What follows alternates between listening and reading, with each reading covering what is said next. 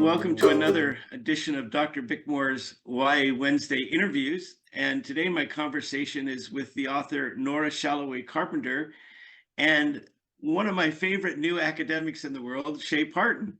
And we brought these two together because they have done things together. They share some common interests. Chea's written about Nora's work, and Nora is a champion of the work that Chea's done. And I'm trying to provide an avenue in the world where more people know about what both of them are doing and how their work intersects. So welcome.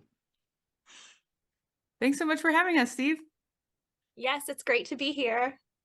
Well, it's great to do this. I often tell people, that you can't be shy about introducing yourself. And one of my favorite things about Nora is we were reminded that when we had a summit at UNLV a few years ago and sent out an invite, she kind of found it and put in a proposal, not thinking, oh, well, maybe they'd be interested in a new author, and kind of not knowing that we really are hyper interested in new authors. And when we had new authors apply to our program, we tried to do what we could to include them. And that's how we first met, right, Nora, is that you came to the UNLV summit, and then we've met several times after that. So why don't you tell us just a little bit about kind of that bit of trepidation about being a new author and what book you were trying to push, and then we can talk about where you've come from that first book to where you are now. Absolutely. There was a lot of trepidation because my first book, which is called The Edge of Anything, came out during the pandemic in 2020. So I believe the date was March 24th, 2020. So it was like 2 days after the whole world shut down. So that was a really, really strange time for all of for everyone, obviously, but in the publishing world, especially for debuts. And so we were all kind of scrambling to try and figure out what other ways we could let people know about our work, because especially for a debut, it's kind of like this epitome of, your dream your whole life of publishing a book, and it's finally happening. And you usually get to go to places and talk to people, and it's like this whole big thing. And of course, none of that happened in 2020.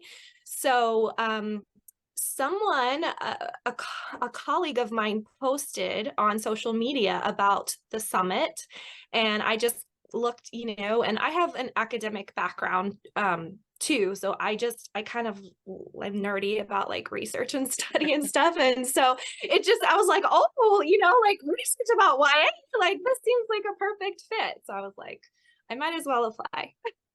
Yeah, and it was great. I was able to, I liked your book a great deal. Thank you.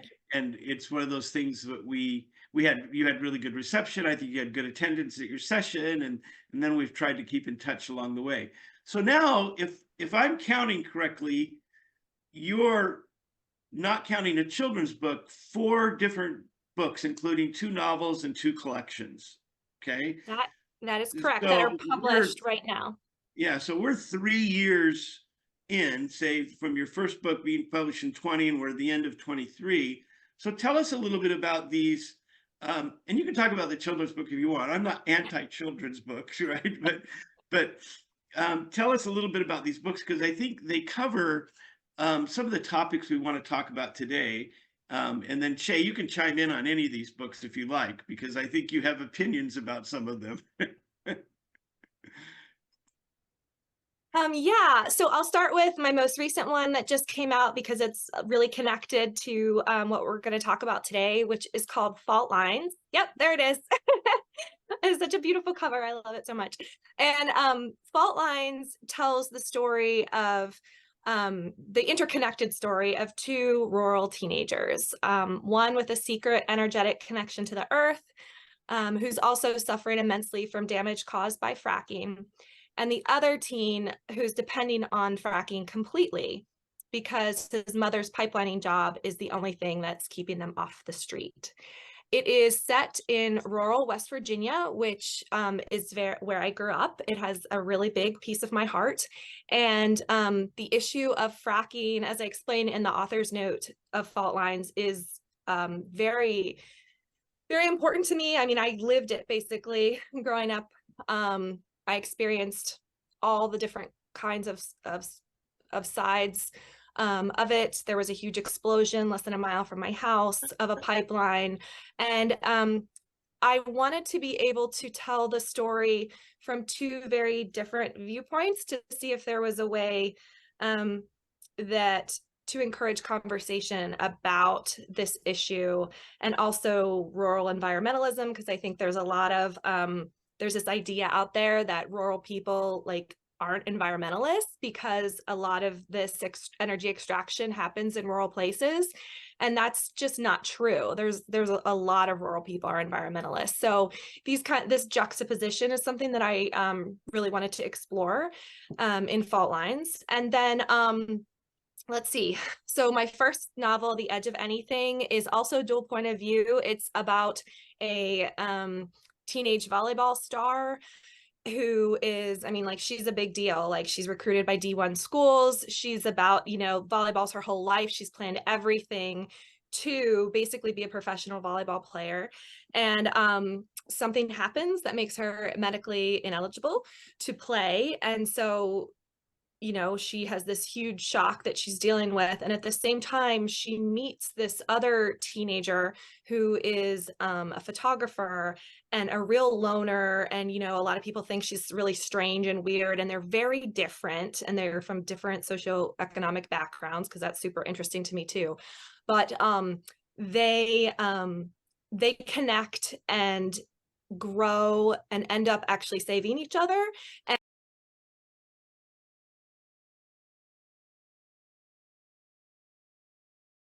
And the book is very talks a lot about mental health there, because one of the characters has undiagnosed OCD, and so it's very like that is presented, and then that's also very important. I'm a big mental health champion, and so one of my so we have these two things of me, I guess, like my ruralness and then my mental health passion for advocating for mental health. And so I have two anthologies that I am the contributing editor for.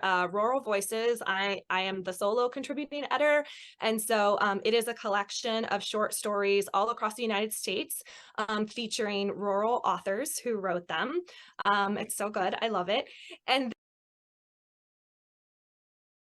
then for Absolutely Normal, that book just came out this year, and I co-edit that with Rocky Callan, another young adult author. And that book features protagonists that are suffering from the same mental health condition as the author who wrote their story, which is really cool. So they have lived experiences, but the stories they're not necessarily about like coming to terms with that mental health condition. It's just that they happen to struggle with it. Yeah, and I can say, and Chea can weigh in on this too, I think you have some heavy hitters in both of those anthologies, right? So if we're going to start name dropping, we could get both of those covers out and say, oh, well, people who know, will know that. But that's very exciting as well. So yeah, thank you. So Chea, do you want to weigh in on either one of those books? Because I have big opinions about both of these books that I can talk about. Well, I love everything that Nora writes. Facebook posts, Instagram posts, anything she writes, I love it. And we've done a lot of stuff together. Presentations at research conferences, and like I like to think we're real friends. We are. And I hope that you do too.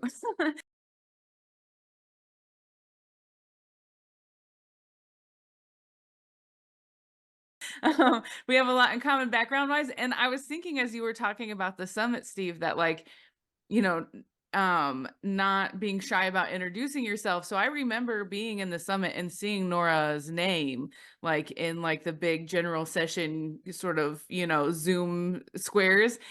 And I was like, I had Rural Voices sitting on my desk at the time that this was going on. And I remember direct messaging you and being like, will you please introduce me to her? Because I was working on my website and I was wanting to start my Reading Rural You All podcast. And like, I knew that, I wanted to connect with her. And so then you were like, sure. And so then we ended up connecting at the summit. So like the summit is magic. So if any of you listeners out there, you watchers out there, if y'all haven't been to the summit, you need to go to the summit because the summit is magic.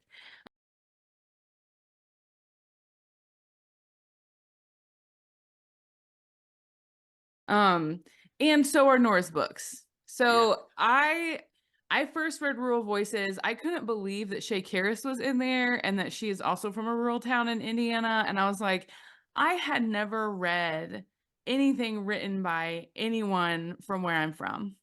I had never read anything written by anyone who would share the fact, reveal the fact that they were from a rural place, right? I grew up, I've said this a million times in my own podcast. Like, I grew up believing that to be a writer, you had to be from New York, LA, or Chicago. And if you weren't from those places, or if you weren't willing to live in those places, you could not be a successful writer. And therefore, being a writer was off the table for me, right? Because I'm just some little podunk working class rural girl who, nobody wants to hear my story.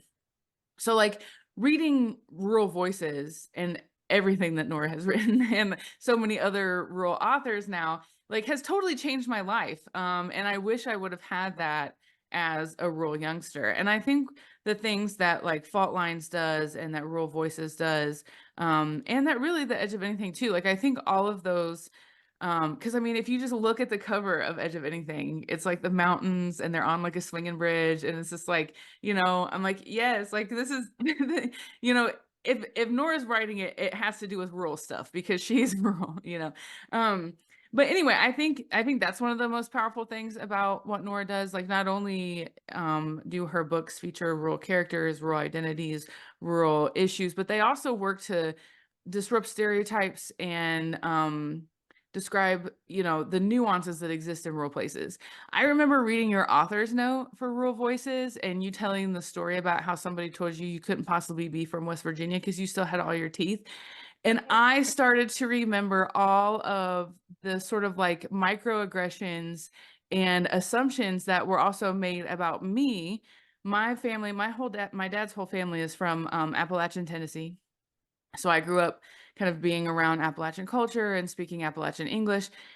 And anytime I use words like yuns or, particular poke for bag or whatever, people look at me like I'm insane, first of all, and that I'm not speaking English. And also there are those inbred jokes about dating your cousin.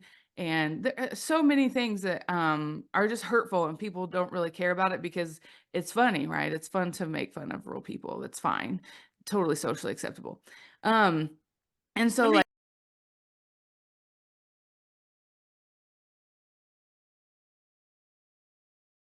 reading the question here about you, the two of you. So I think this is really, I really relate to your comment, Shay, that you to be from the big city, writers have to go to the big city, right? There's kind of that misconception about that. But I'm wondering if we now I'm tracking back about the last 15 years since the birth of the Common Core. I think we've disrupted a lot of what curriculum used to be. For example, when you said that, I thought, well, one of my pictures of rural youth is Faulkner and Flannery O'Connor and Carson McCullers and even Thomas Wolfe's, Look Homeward Angel. Is it because we're privileging people that have been kind of highlighted by those urban experiences, so that in the curriculum when we're starting to select it is starting to privilege those and marginalizing the others in ways that we don't look at?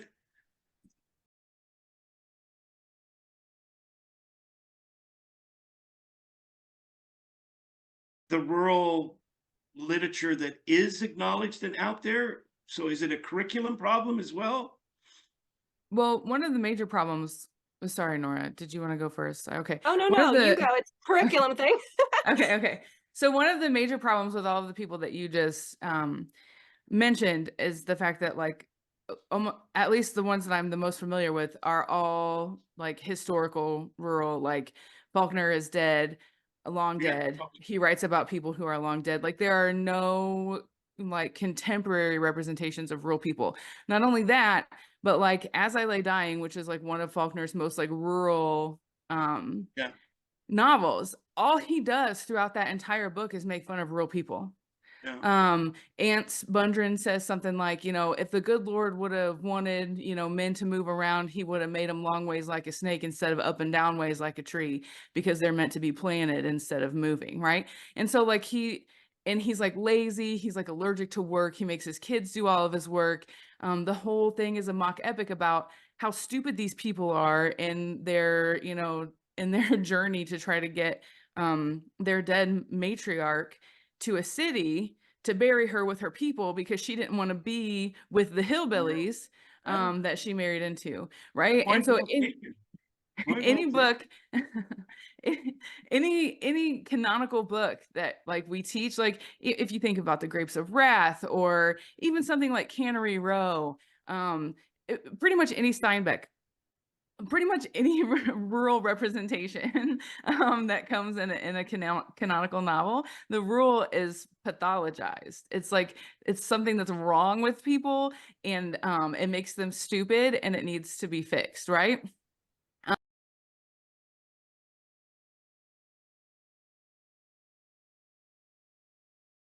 And so I think that's one issue, right? Like those are the representations of rural that I grew up seeing.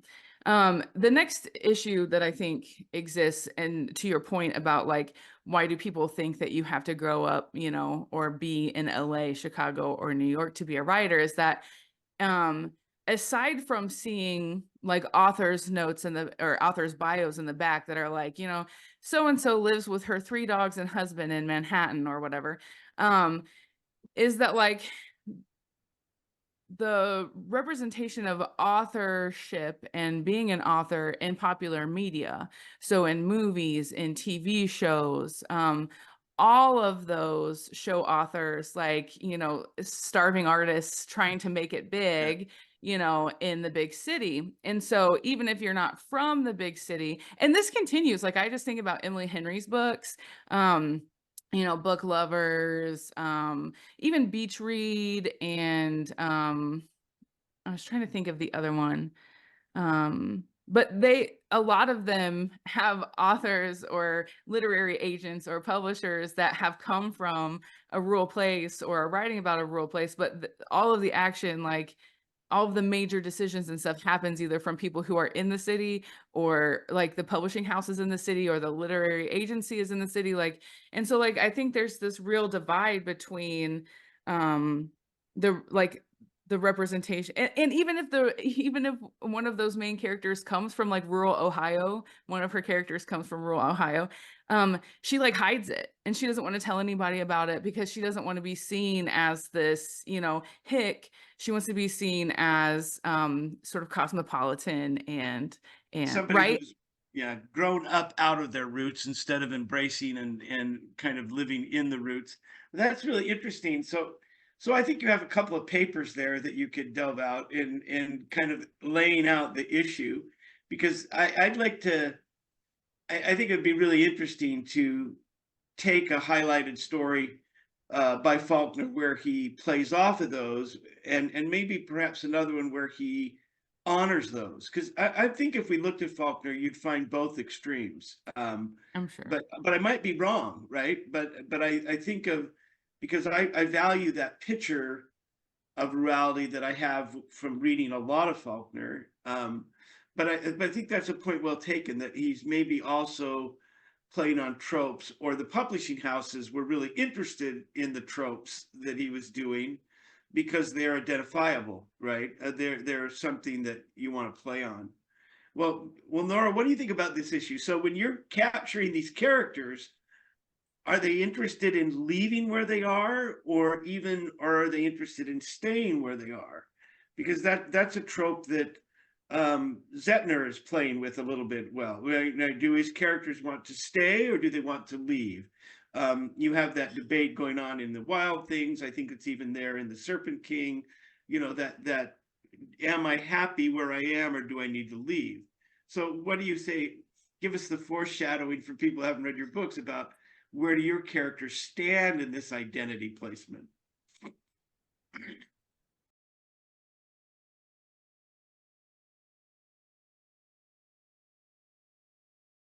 Absolutely. And yeah, so I'll talk about that. And then I just want to bounce off of something that Chea said too about the canon. But Yeah. So in the same way, and I love Zentner. Oh my gosh, I love all his stuff.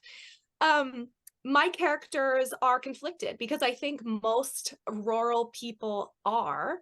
Not always. Some people definitely are like, I want to be here forever, and some people are like, I want to be away. But my stories are often playing with that. So, for instance, my short story in rural West Virginia, or sorry, in Rural Voices, takes place in rural West Virginia in a setting very similar to like my actual home place. And there's two main characters, and one of them is moving away for college.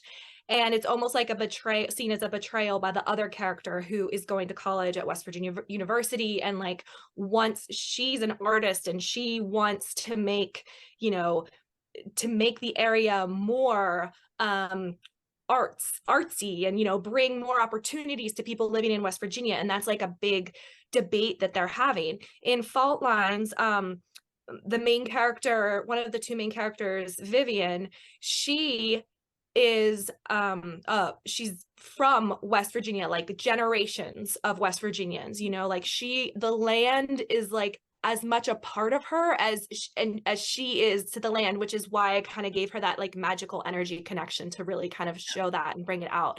And then there are other characters, so she, that is so important to her that she's not going to leave. But so I'm constantly playing with that, I think, and also with the idea that like it's okay if you want to leave and then come back. Like you shouldn't have to be like, oh, I can never leave or I can never come back. I mean, why? Who says? Like most people, like a lot of people go away for a little while and like you follow your job to all these different places and then you can come back. Like, we're limiting people from rural places, I think, when we do that. But one thing I just want to say, going back to the canon, is that I think a lot of people, so like for instance, Faulkner's, the stories that are really remembered or maybe that are taught the most, right, are the ones that are, I think, present rural people in a as most people want to see them, or as the story that is like most, it's easy to take in for non-rural people, and so that's why they're more popular maybe. And that's what I think we need to like challenge and shift, because honestly, I mean, I was an English lit major in college and I loved it, but I was reading stuff that I was like, I this I don't write like this, and honestly I don't want to write like this. I don't want to write like Steinbeck, like, and so I guess I can't be a writer. I guess that's not me. And it wasn't until I finally took Appalachian literature as a senior, and I was really dreading it, to be honest. I tell people this all the time. Like, I told the professor, because I was like, oh my gosh, this sounds like the most boring class. Like, what? I haven't heard of most of these authors on the syllabus. Like, what is this? It's going to be terrible.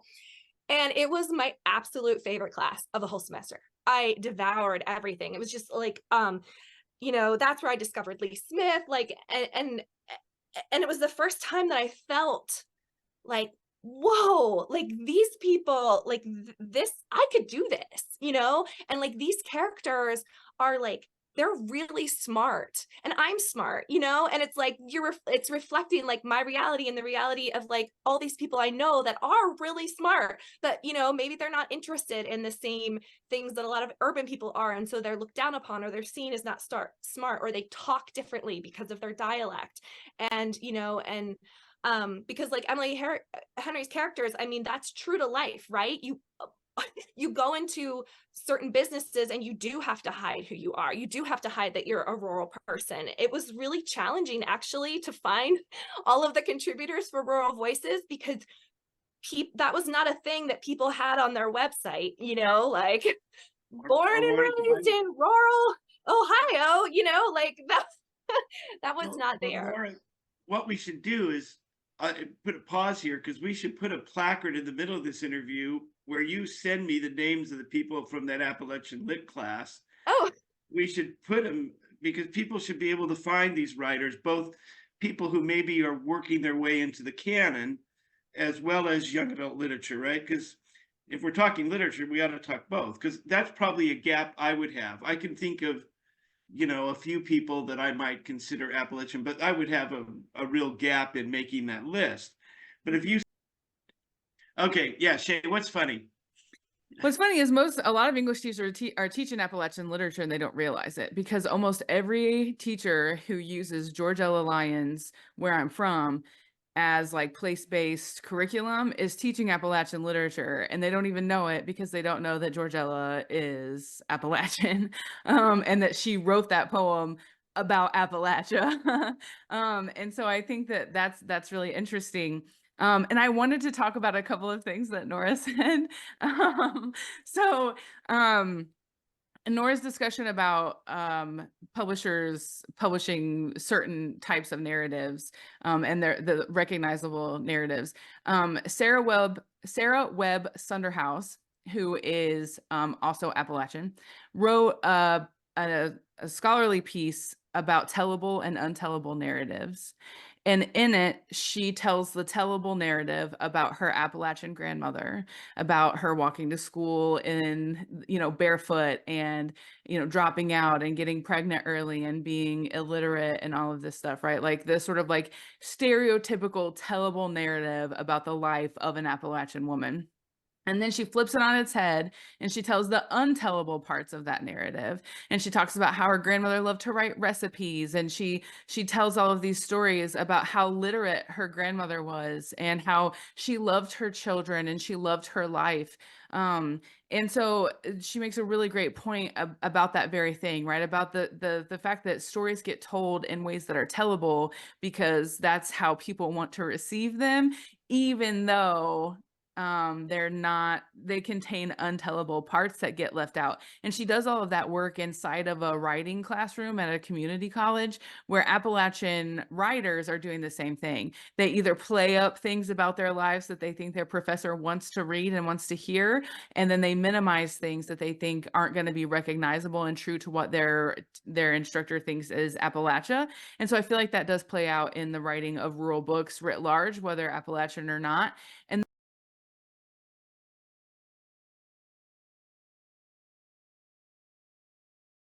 And then the other thing that I wanted to say is that this idea of rural people and being conflicted over whether to leave or stay or return is that I just wrote an article about that that was published in Journal of Literacy Research, and I examined, along with my co-author Rachel Keel, 4 Appalachian young adult books that take place mostly in resource extraction communities.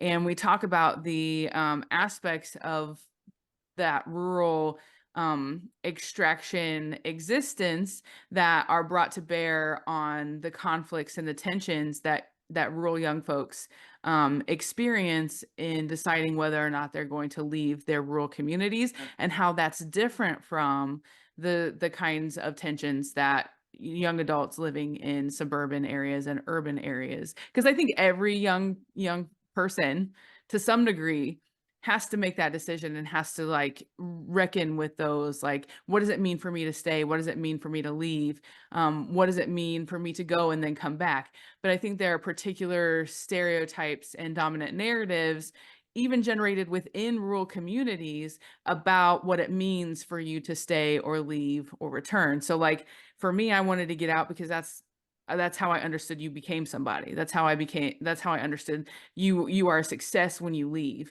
If you stay, you're a loser. Even if you stay and you go to university a half hour away at Ball State, you're still a loser because you're still in proximity to your rural place, right? And then if you leave and you make a bunch of money and you come back and you put it into the community, then you're a success. But if you leave and college is so hard for you because you're a working class first gen student who's rural but happens to be white and sort of flies under every institution's radar, and you fizzle out and you don't make it because it's really freaking hard and you cry every weekend and you make your mom come pick you up like I did, like if you don't make it through that, like I made it through, but it wasn't easy. If you don't make it through that and then you go back to your rural town, you're a loser again. And so like all of these stereotypes exist for rural people, and that's one of the things that I love about Nora's work.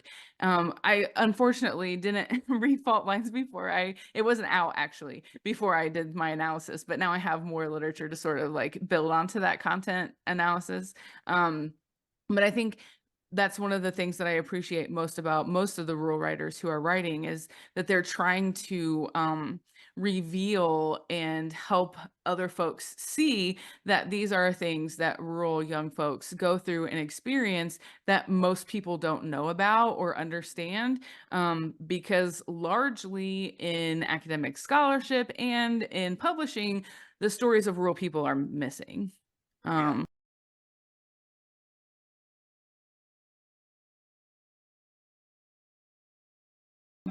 I think that's, and when I'm thinking back about, Nora's work, is I've read these two novels now, and I think one of the things I appreciate about literature is, just the act of storytelling and making characters come alive, that no matter, I, you know, I'm not, I don't have much rurality in my life. I guess my parents came from smaller town Utah, but certainly I lived in, grew up in Las Vegas and Tucson and El Paso, which are all cities, right?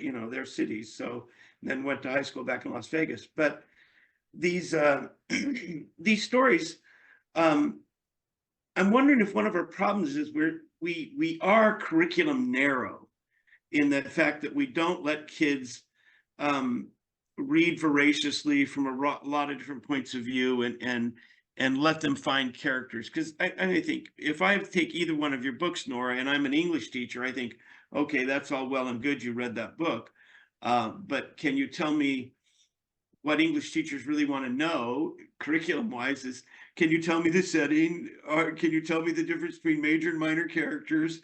Can you follow it and explain a plot line? Well, the answer is yes, of course, you can do all of those things with your books. You have rich characters, and in both books, you have rich minor characters, as well, that are played back and forth off these two major characters. They exist in these things. So maybe part of a problem, and I'm channeling a little bit, our good friend Terry Lassane, who's now gone, but Donald and Miller, and letting kids read what they want to read, and as a teacher, being able to take whatever you're reading, having your students read, and ask them the questions that let them answer the concerns of the curriculum, right? Without being too prescriptive about the curriculum. Because I'm a, let's see, I love first novels by authors. I love to, when publishers send me a debut novel, I love to read them. And I think there's been a lot of first novels I've been really excited about. And in fact, we'll take Jeff Setner's book. I was on a committee where The Serpent King was put up for an award, and the other person on the committee and I, when we read it, we got together after we'd read, the books, and she said, well, I know I'm ready for my vote if you want to shorten this conversation. And I said, well, if it's The Serpent King, we have a short conversation. She goes, well, it is. So let's have that, but my concern is I'm very critical of second novels, because I think in the publishing world, when we find a novel that hits the first one well, we tend to gravitate towards that author as if they've walked on water to where they are.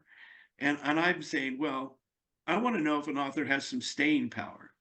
So I'm happy to report that I think Fault Line has staying power, because I always think, let's look at the second novel. Let's see if, because I think there are a lot of people who manage to bang out a pretty good first novel. It gets beat up a lot. They have reading groups, they make a really good first showing. And I think editors are often, and publishers are often, very good at picking a novel, but can you do it again, right? Can you have a second one? And I think Chea and I could both vote for this. I think that if we're going to push somebody who's got two novels as well as two bang up collections of short stories that they've edited, you've got some staying power. So people are I think people will be very interested in the third novel and the fourth novel going forward. And no pressure, because I know that writing is a difficult business, but I think you've got something that demonstrates that you have a really good first novel and a really good second novel, that people won't be reading it thinking, oh, this is just a rewrite of the first. It's not that. these are different characters. There's a different concern. There's something that's going on. While we could argue that the setting is similar, right? They're both rural settings, and we'll give them that, right? Is what we've talked about a lot. But good job, Nora. Good job. Oh, thank you. I was concerned when you started talking. I was like, oh, where's this gonna go? Thank you. Well, I think we would, if people end up watching this interview and we can talk about it or take clips out of it, I think it's very important that people give writers time to grow and expand. Fortunately, I was in a career for the last 15 years of my career where what I really got to do was read books and decide if I liked something and decide if I wanted to promote something. And there's a lot of authors out there, and you can't promote them all. So in some ways you have to be selective. And I can't promote everything. For example, I'm not the king of promoting sci-fi and fantasy. And I think there's a lot of good sci-fi and fantasy out there, but that's not where I ended up focusing. I'm focusing on older realistic fiction, right? I don't even read a lot of middle grades stuff, because I can acknowledge that it's there and there's other people dealing with it.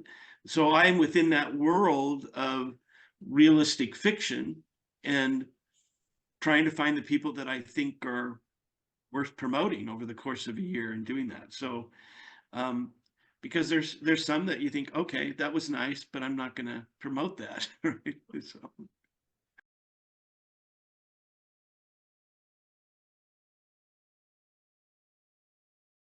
Well, I have to say, oh, sorry, Chea. No, you go on ahead, Nora. I just want to say, from an author's point of view, I'm really grateful that there is a space that cares about contemporary realistic fiction, because there's a lot of promotion available for sci-fi and fantasy. It's, to the point where publishers will tell you, we're not going to put this book out in the fall because it will be drowned out by, that's when the major fantasy trilogies, that's when that kind of stuff comes out. And so there are kids, and hey, I love to read that stuff too. I am a voracious reader of all genres, but there are kids that just really love contemporary stuff too, in addition. And I think it's important, and a lot of times those books more fly under the radar, and so it's really nice to have a space that uplifts them. Yeah, I think that's absolutely true. I think it's an interesting game. If we go all the way back to, Divergent doesn't exist without the Hunger Games, right? And she doesn't say, oh, I have an idea for a book, as a first or second year college student, without the Hunger Games, right? And the number of books that came out after Twilight, the number of werewolf and vampire books that come out, some which are really interesting and some really well written, but the cascade, if you were to go back to those years following the release of Twilight and catalog how many werewolf, fallen angels, vampire books were existing in the world, it would have been, we'd be stunned to know how many were pushed, right? So I think your point is well taken. Chea, you were going to say something. You want to fall back or go ahead? No, I was just going to say, in connection, that I was never a sci-fi or fantasy reader. I always wanted to read contemporary realistic fiction. I could do a little, sprinkling of speculative elements, but like the high fantasy, high sci-fi, like, no, I didn't want to do that. And so I'm grateful that there are places. And I think most of my work focuses on contemporary, realistic, rural fiction, because it's very hard to come by. And also, like, it's important for students to see those depictions, to have those mirrors. And so I'm just glad that there are people out there that, like, there's space for us all, like there. And so, like, trying to sort of even the playing field by promoting writers like Nora and contemporary rural, like, realistic fiction is really important. And connected to that, Steve, going back to your your comment about curriculum a little bit ago. I think, like, yes, we can focus on teaching books and standards and allowing students to have choice. But at the same time, like, honoring their funds of knowledge and the things that they glean from these books is also really important. I love to tell this story about talking to my papa about Charlotte's Web and about how Wilbur was spared, because that's ridiculous. And we had this conversation about how stupid that was. And he told me, you should go and tell your teacher how dumb this book is. And so I did. And I told her, this is a stupid story, because Wilbur would go to processing as soon as he was fat enough, because Fern has to eat, and that's the way that her family makes money. And that was not a popular opinion. And I learned really fast that, like, from her just increasingly horrified look, that that was not what I was supposed to get from this book. But I was reading a quote unquote rural book from a rural perspective and being told that I was wrong about my reading, because my in-migrant teacher and pretty much everybody else who read the book said that that's not what we were supposed to get out of it. And so, like, not only opening up space for students to read diverse stories, but also making space for diverse understandings of those stories and being welcoming of, like, non-urban and non-suburban readings of things in scholarship, in, you know, in classrooms. I mean, I wrote that chapter for your book about, you know, teaching, your edited collection about teaching YA literature to folks who are going to teach YA literature.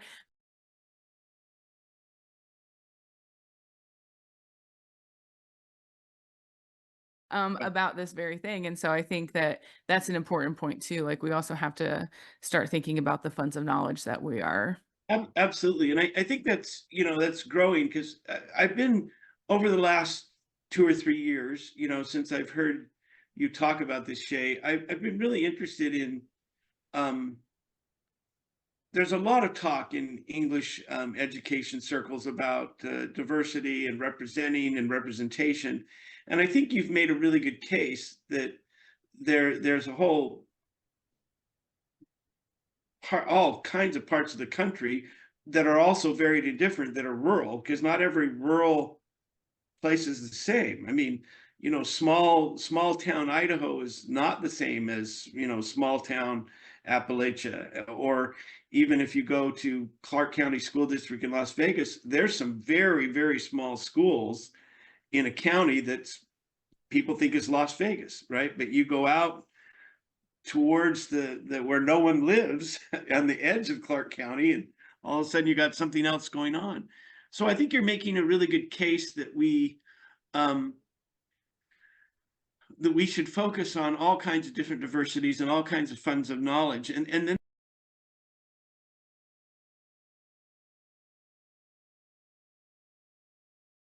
this is probably a perfect good opportunity for you to mention the new a commission that's come out through Elate, that you've championed with help a couple of others, I believe. So what new commission is going to exist if people find this? So it's actually a new assembly. Assembly. I went with an assembly because there are so many commissions that I am also torn about which commissions to be a part of. And I was like, I don't want to throw another commission out there where people are at NCTE going like, but I want to go to the methods commission, and I want to go to, I want to go to the all of these commissions, and I can't go. And I feel like there's less competition with the assemblies. So I sort of took a page out of Alan's book, and Rebecca Buchanan from Western Illinois University and I worked together to start the Rural Assembly of English Language and Literacy Education, which the acronym we read TRAIL.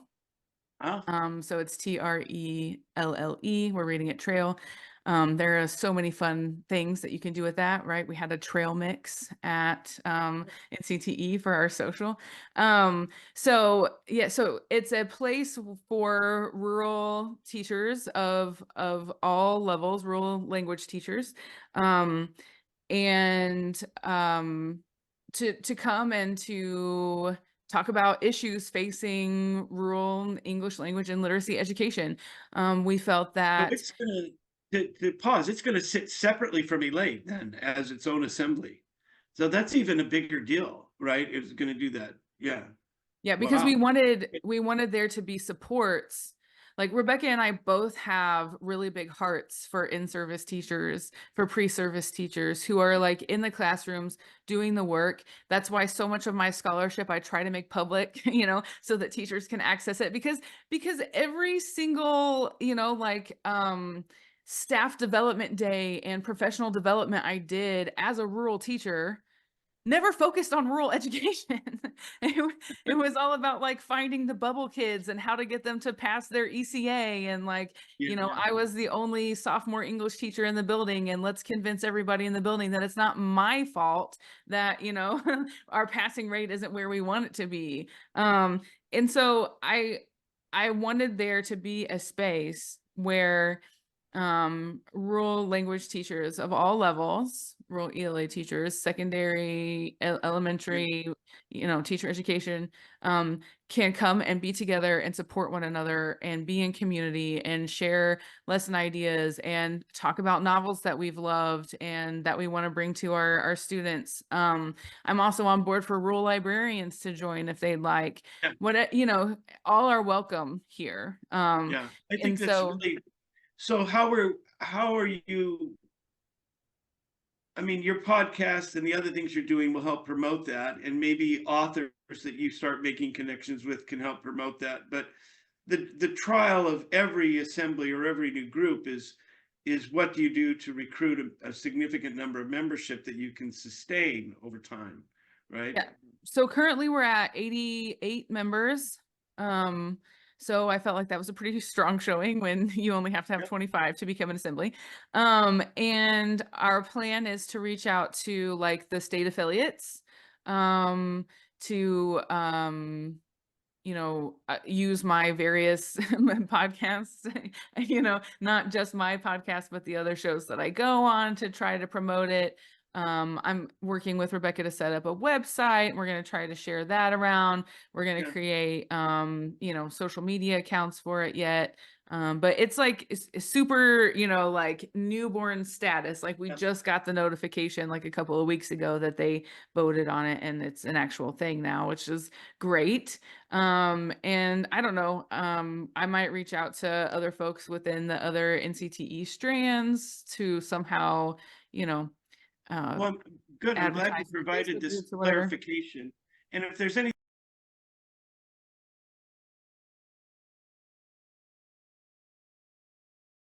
well, Nora, I want to go back and ask you then another question about influences.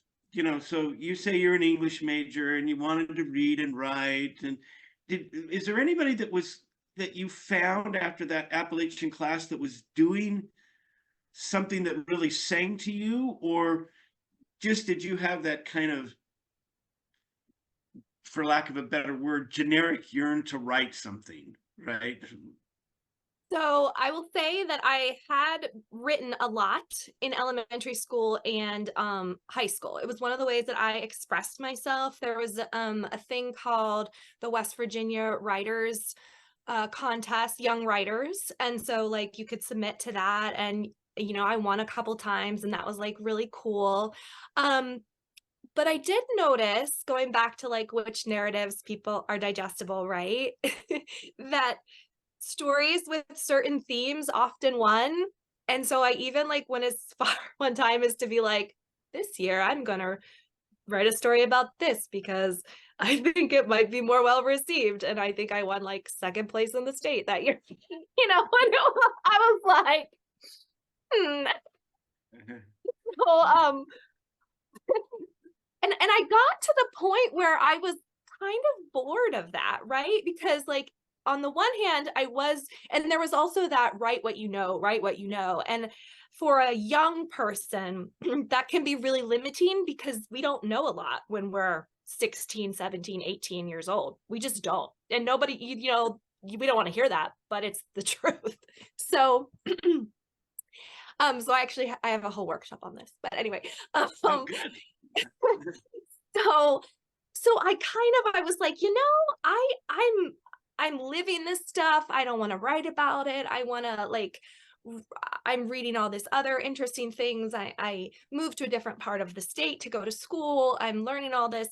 And so I will say that, so first of all, just from a writing point of view, Lee Smith, the author, I fell in love with her and what she writes, and the way that she doesn't shy away from use of dialect and just a lot of things that she does. I love her.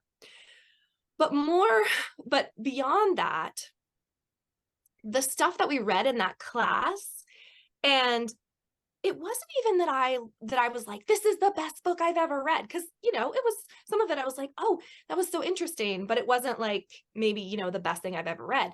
But it was that it was so different. The forms were so different. Interestingly, that class had some of the most diverse authors in it, right? So we read the Afro-Latin poets, like that kind of Frank X. Walker, and then it was the first time that I'd read, I believe it was an anthology. Was it an anthology or was it one person? I'll have to go back and look, but it was Native American voices. And so that storytelling was very different. And so what I got the most from the class, I think, is that there wasn't a correct way to tell a publishable story, which is kind of what I had internalized growing up, through all my English classes, through college too, reading the canon and being like, this is what constitutes not only a story that can get published, but like one that will be taught, one that people will value. And then this class came along and just exploded that whole notion. And I was like, oh, that's so cool. And then I think I also had to find out, I write specifically for mostly for young adult readers or people that read young adult literature, because I think it's just a really important age and time, and I love that kind of stuff too. And so kind of simultaneously happening when I was in college was that the Harry Potter phenomenon was going on, right? And my little sister was caught up in Harry Potter, and I kind of made fun of her at first. And then she's like, please read to me, on like this one beach vacation. I remember that we went, I came home from college and we were like driving, and I grew up in rural West Virginia, so I didn't get car sick in the car when I could read in the car. And so I'm reading, and I started reading her from the second book. And I mean, a couple chapters in, and I was like, this is really good. And then I had to read all of them, and so, and that, that whole, regardless of, I know J.K. Rowling isn't the best, but the story, the evolution of Harry Potter and the impact that it had on the world and literature was huge. And for me, certainly taught me that, you could write a story based on a young person and it can be really great.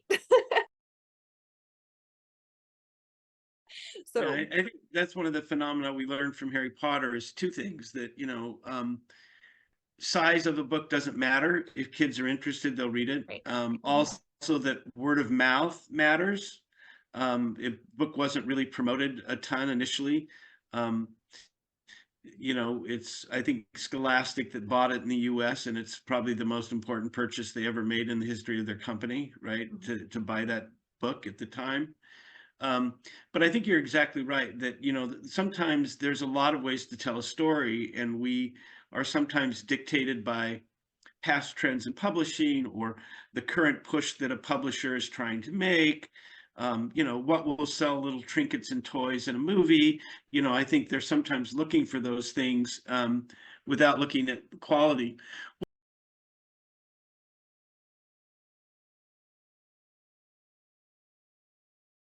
Well, our time is running out, so I want to name drop a couple of things for you. So you mentioned Lee Smith. So if somebody doesn't know Lee Smith and should start, where do you recommend they start? So the book I read in that class that has stayed with me forever is Fair and Tender Ladies. I adore that book. So that's where I would start. It is heavy on dialect though. And I will say that one of my best friends still to this day is a girl I went to high school with. And she's really much the only person I still stay in contact with from my small high school, but like we're super close friends.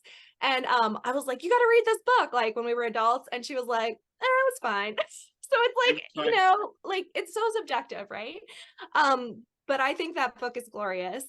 So that's And what I would. I'm not kidding. We'll put a little flash stop slide in the middle of this. If you want to list the authors, we can do that. And also, if you prepare me a slide that about your workshop, we can say, oh, and Nora teaches a workshop, right? And Okay. then we'll put that in there as well. And Chea, the same thing. If you send me a slide with a link for your podcast and other things you want me to do, we can say, you know, I can put an interjected pause and say, boom, here's the things. Because I think that that these kind of interviews and conversations should be useful, as well as places for that. And we can also trailer the end of the interview with a string of these slides that people can pause and take that information from. So,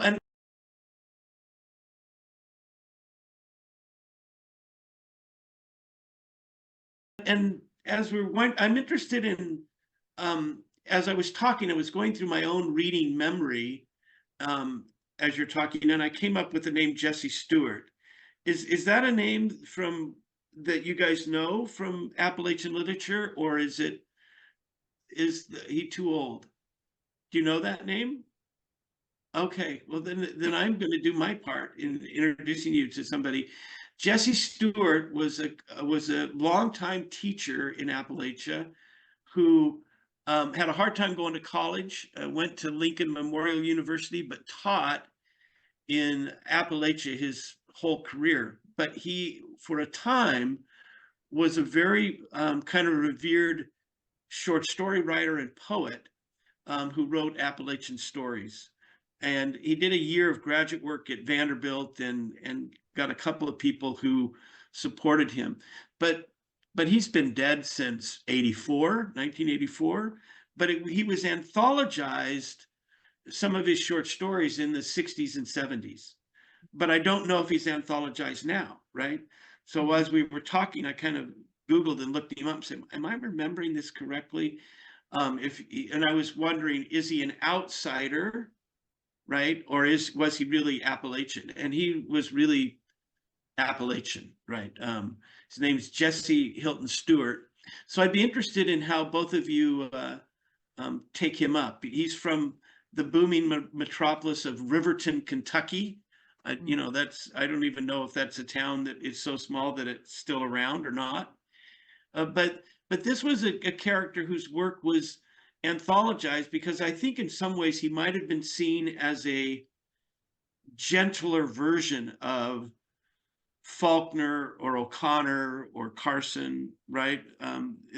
His characters were often, in the short stories that I remember, young people, right? They might have been considered contemporaries for those kinds of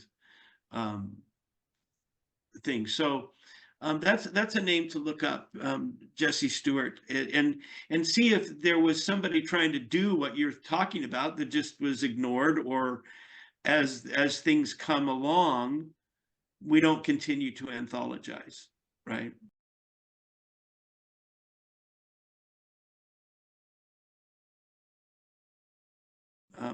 I'm also wondering your take on Cormac McCarthy as a rural author. Or is Shea's smiling? She has an opinion about Cormac McCarthy, then I know. So what do you think about him as a rural author, or is he fit in another category altogether? I want to let Chea talk first. Oh, I was hoping you go Good. first. And with controversy, huh? No, I think so I think that there's something about Southern noir that people always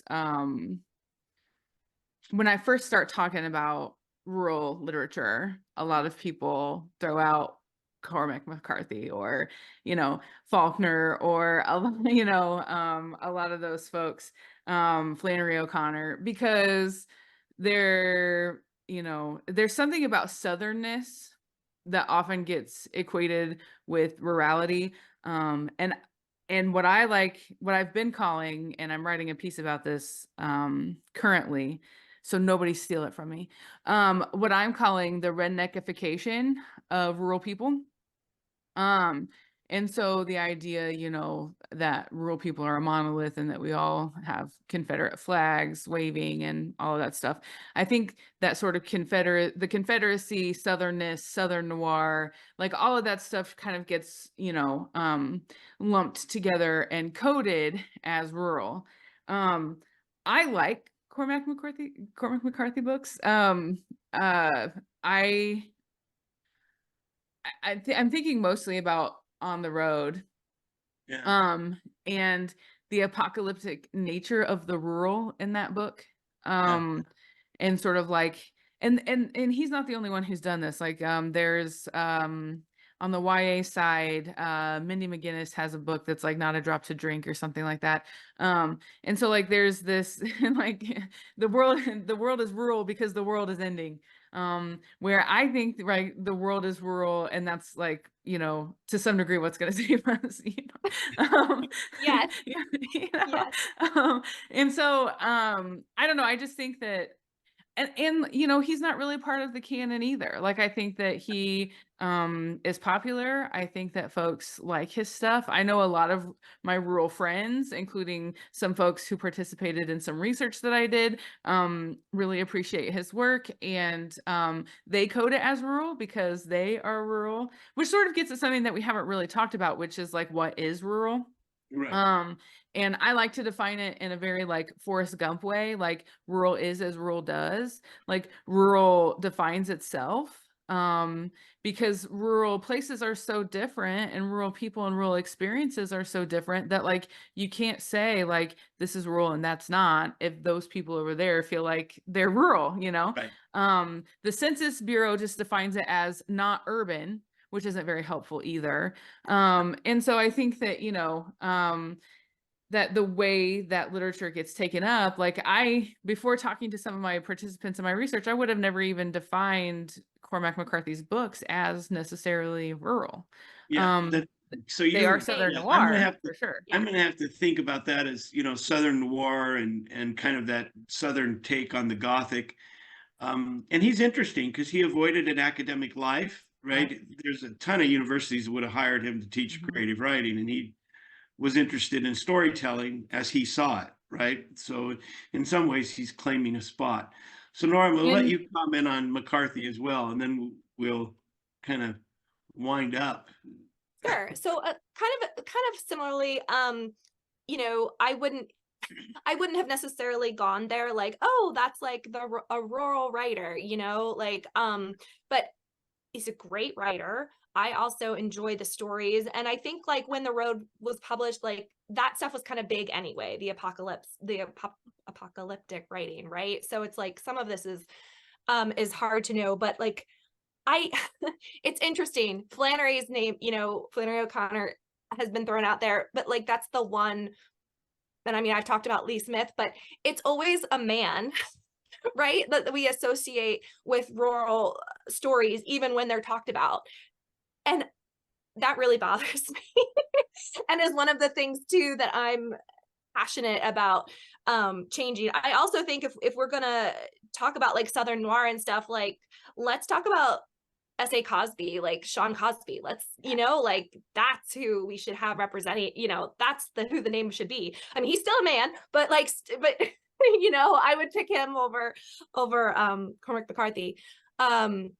But just this idea of, and I think, and maybe Chea, like you find this too, but there's still a lot in rural places, like the feminine masculine identity stuff is still like there's a lot of stuff there, right? Even though like more and more rural young people I think are identifying openly as gender fluid, and but there's still like expectations, and so there's still different kinds of stories that are told, and I think we need more of that. I think we can't just always have like the academic male writer, representing the rural people. Like, no. I wrote a piece about this, actually. It's a blog Of post. course you did. That's why we're friends. And it's called Rural Feminism is Not an Oxymoron. And it's about growing up, and I used to tell people that my mama raised me like a boy, but that's not true. She raised me to be a rural feminist, but she wouldn't call herself a feminist. Yeah. And so Same. thinking about like yeah. Sarah Smarsh and her work with the She Come By It Natural book, which is fabulous. Anything that Sarah Smarsh writes to, people should read it. And she's like restoring a prairie, like talk about rural person, like, you know, she's amazing. So after I read She Come By It Natural, I started thinking about my own experiences as a rural woman. And I mentioned something about rural feminism in one of my interviews for my dissertation with a rural out-migrant teacher, and she laughed and she said, rural feminism, isn't that an oxymoron?